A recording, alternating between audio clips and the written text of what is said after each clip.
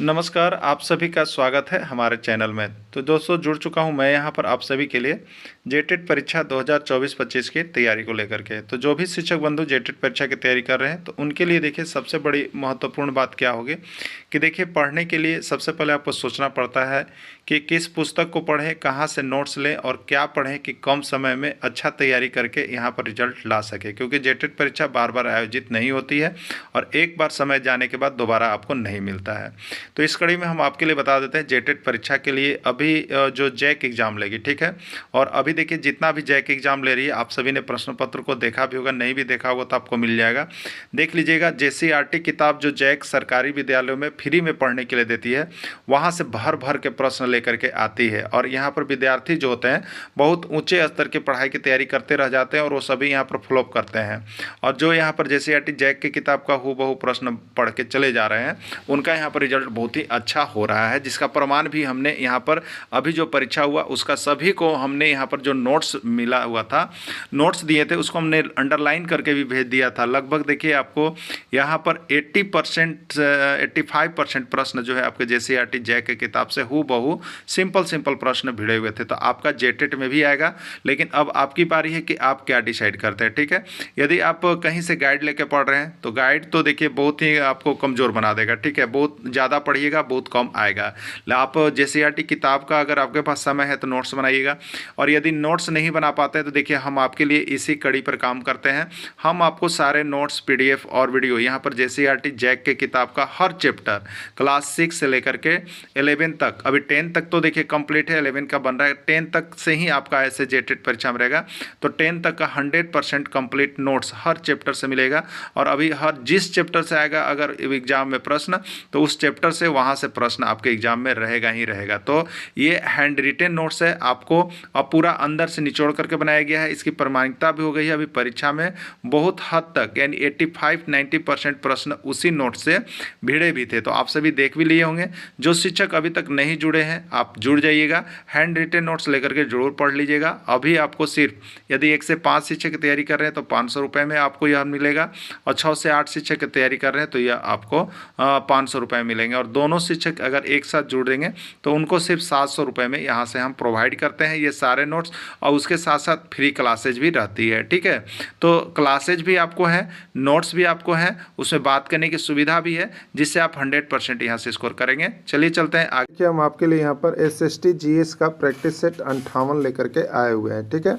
यदि आपने इसके पहले 1 से 57 तक का प्रैक्टिस सेट नहीं देखा है तो आप सभी अवश्य देख लीजिएगा, क्योंकि यह जो प्रैक्टिस सेट है आपको यहाँ पर जेसीईआरटी जैक के किताब से बनाया हुआ है, ठीक है। इसमें कोई भी प्रश्न बाहर का नहीं होगा, सभी प्रश्न इसमें महत्वपूर्ण हैं। यह वीडियो जो है आपके लिए यहाँ पर बता देते हैं। यदि आप 1 से 5 के शिक्षक हैं, 1 से 5 के शिक्षक हैं तो यह आपके लिए जीएस के अंतर्गत काम करेगा, और 6 से 8 के शिक्षक हैं तो यह आपके लिए यहाँ पर सामाजिक विज्ञान शिक्षक के रूप में जो फॉर्म भरे हैं और जो भाषा शिक्षक के लिए फॉर्म भरे हैं, दोनों के लिए यह काम करेगा। यानी तीनों प्रकार के यहाँ पर जो अभ्यर्थी हैं वो इसका उपयोग कर सकते हैं, ठीक है। चलिए पहला प्रश्न है, ईवीएम का पूर्ण रूप है। ईवीएम का पूर्ण रूप है, प्रश्न आ चुका है जेटेट में, ठीक है। जेटेट में आ चुका हुआ प्रश्न है, ईवीएम का पूर्ण रूप क्या है, ठीक है। चलिए ऑप्शन है आपके पास electrical voting machine, second option है electronic voting machine, third option है इलेक्ट्रॉनिक वोटर मैकेनिकल, और इलेक्ट्रिक वोटिंग मशीन। क्या होगा इसका राइट आंसर, ठीक है। तो ईवीएम का फुल फॉर्म क्या होता है, तो ई से देखिए होता है इलेक्ट्रॉनिक, भी से होता है वोटिंग, और एम से होता है मशीन, इलेक्ट्रॉनिक वोटिंग मशीन, याद रखिएगा, ठीक है। ईवीएम आया हुआ प्रश्न है, आपके एग्जाम में आ सकता है, इसलिए इसको जरूर देख लीजिएगा। चलिए अगला प्रश्न है, भारत में विधानसभा और या लोकसभा चुनाव कराने की जिम्मेदारी किनकी होती है। भारत में विधानसभा या लोकसभा चुनाव कराने की जिम्मेदारी किनकी होती है।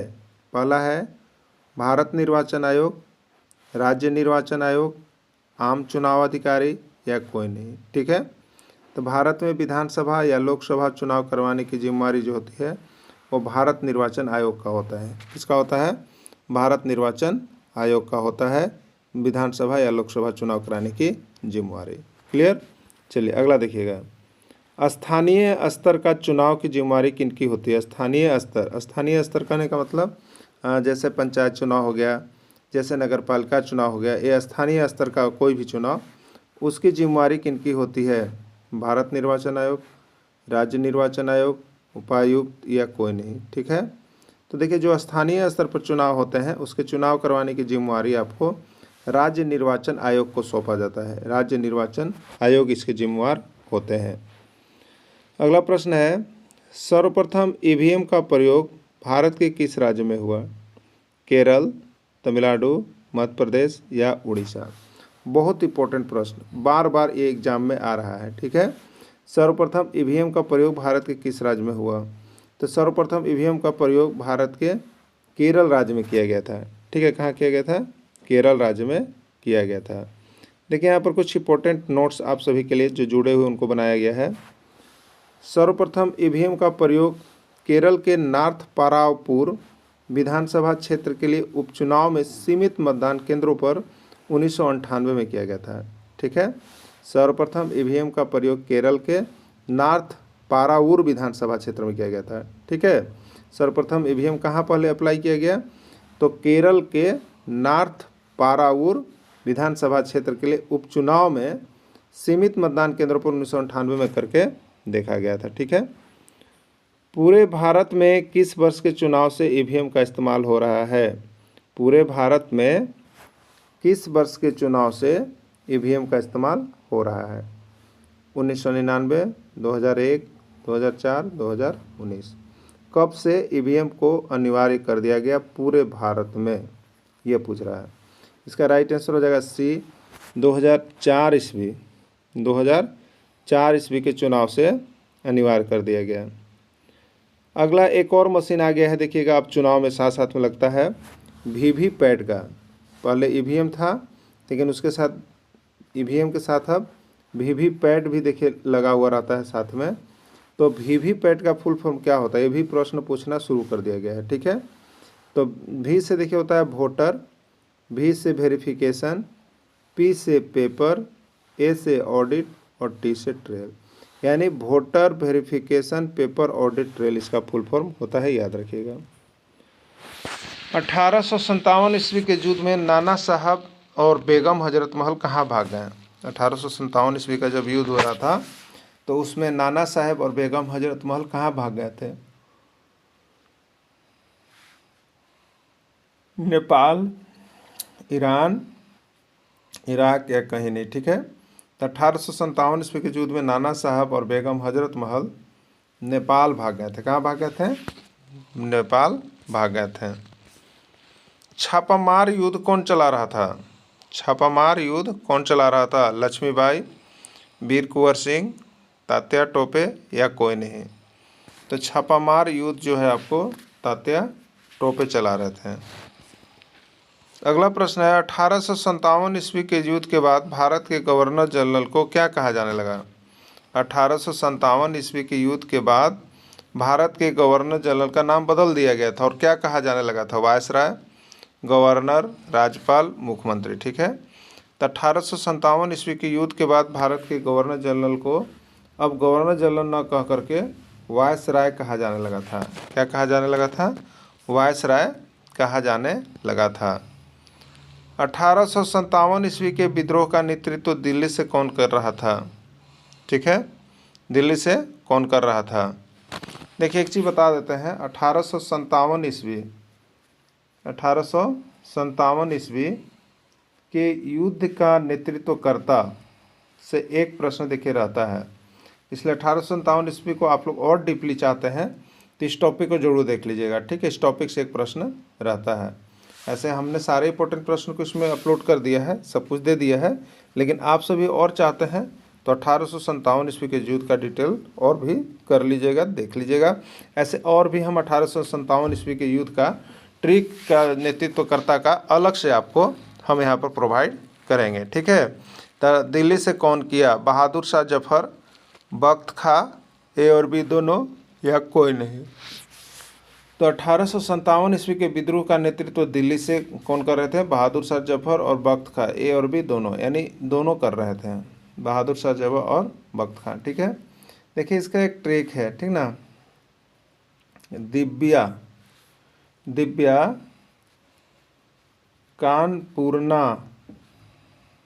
कानपुरना लखबे। दी से देखिए हो गया दिल्ली, और बया से देखिए हो गया ब से बहादुर शाह जफर और बया से बख्त खां। कानपुरना कानपुर से ना मतलब नाना साहेब और तात्या टोपे थे।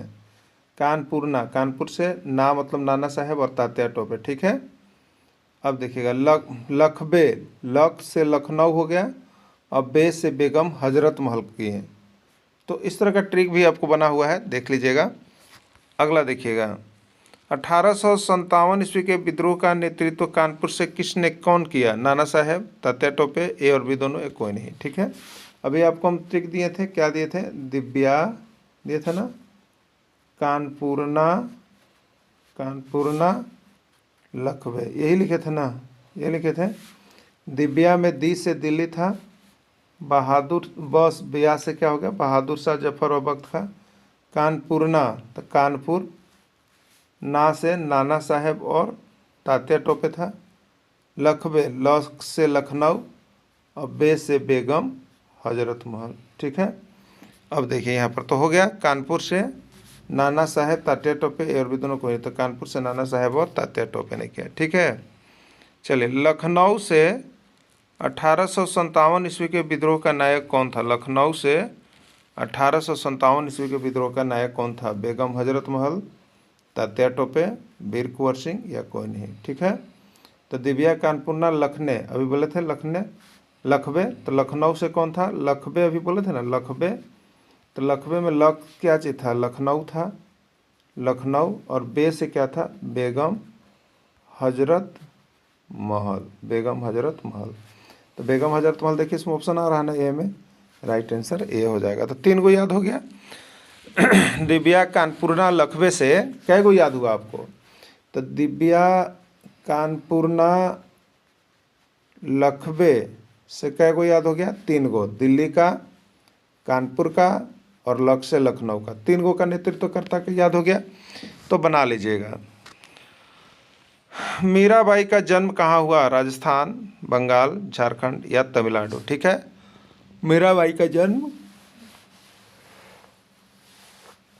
कहाँ हुआ था? राजस्थान, बंगाल, झारखंड या तमिलनाडु। ठीक है, तो मीराबाई का जन्म कहाँ हुआ था? मीराबाई का जन्म आपका जो है राजस्थान में हुआ था। कहाँ हुआ था? राजस्थान में। इसके लिए देखिए नोट एक बना हुआ है, इसको याद भी कर लीजिएगा, कभी कभी यहाँ से प्रश्न आता है, इसलिए हम बीच बीच में आपको नोट्स भी दे दे रहे हैं।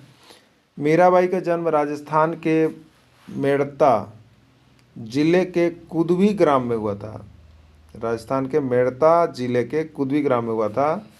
वह रत्न सिंह राठौर की इकलौती पुत्री थी। वह अपने इष्टदेव श्री कृष्ण की भक्ति प्रियतम अथवा पति के रूप में करती थी।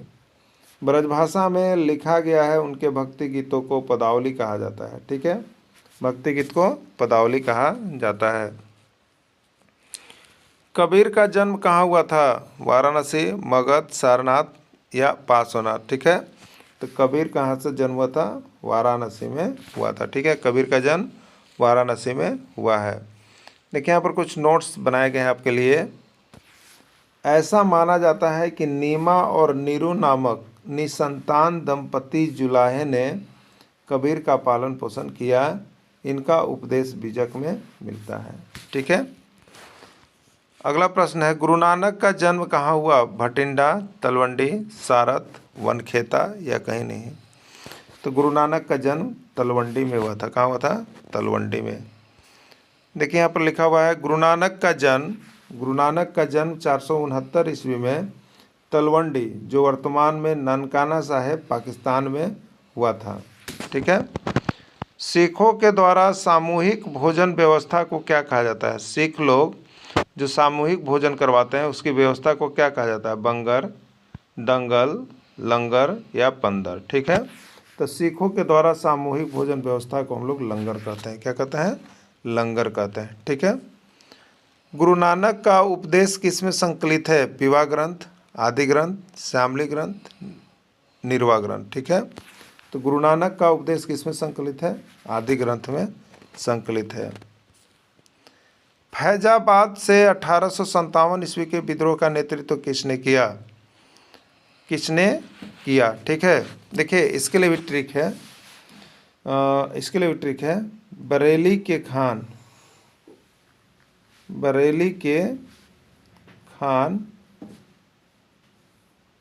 फौज में फतेह,